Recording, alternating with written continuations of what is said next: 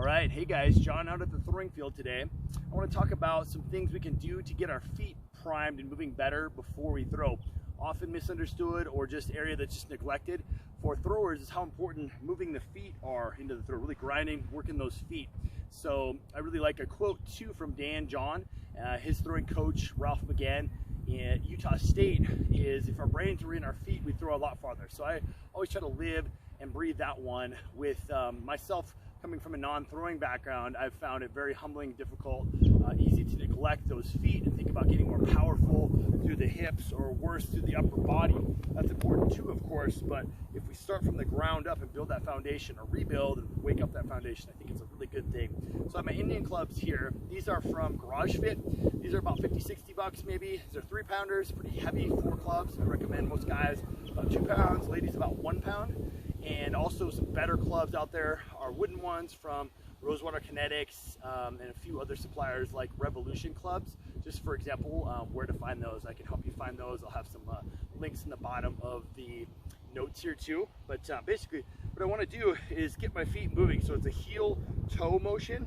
Imagine if I had like a line right here, I'd be going over the line here and then back over. So left is over the side of the line, and then transfer through. Both of my weight is balanced evenly and then shifting through. That might be kind of hard to see, but I'm basically shifting heel toe, and then I'm going to add in some rotation here, more of this throwing position down to up, and rotating my foot, knee, and hip, really working the ground here and coming up into more of that power position finish.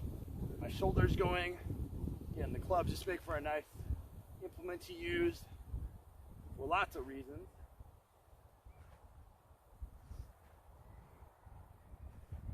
So once I kind of feel like I've found that groove, at least 10, 20 of those, then I'll go on to some other progressions. So what I can do here now is what I want to focus on actually with the stone. A little bit more, implement more rotation in here, a little more specific. I could use this for anything from really even hammers, but more so the weights and the stones. So now I'm grinding the stone, coming from this low to high position, low to high, turning the feet.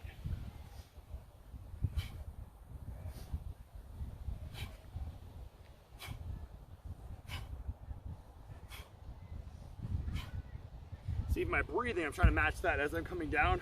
Breath in, breath out as I kind of explode up, and I can go slow to fast. Most importantly, again, I'm moving those feet, getting them going, and doing that well instead of leading with my upper body, hips, anything down the chain. I want my feet to really be the active part. And then I can go into more specific throwing drills. There's a bunch of other videos on this, but I can do my footwork drills for my stones, do anything where I'm pivoting on one leg, and having a light throwing shoe, for example, too. Minimal surface. This is a nice kind of powdery dirt field. Cement works great for this. Something you can move on. Thick, wet grass does not work so well. So getting moving in these patterns is a good way to wake up that body. Basically, like I like to say, it gives everything, it takes nothing. We're reprogramming the brain, getting the body connected, and just doing some good stuff to prime or do in between our throws. Or other times a day, things like that. Great throwers have spent a lot of time on footwork, so for us to take and borrow from that, I think is a really smart thing. So hope that helps and gives you some other tools to use that really put our body in great positions. Again, take nothing away.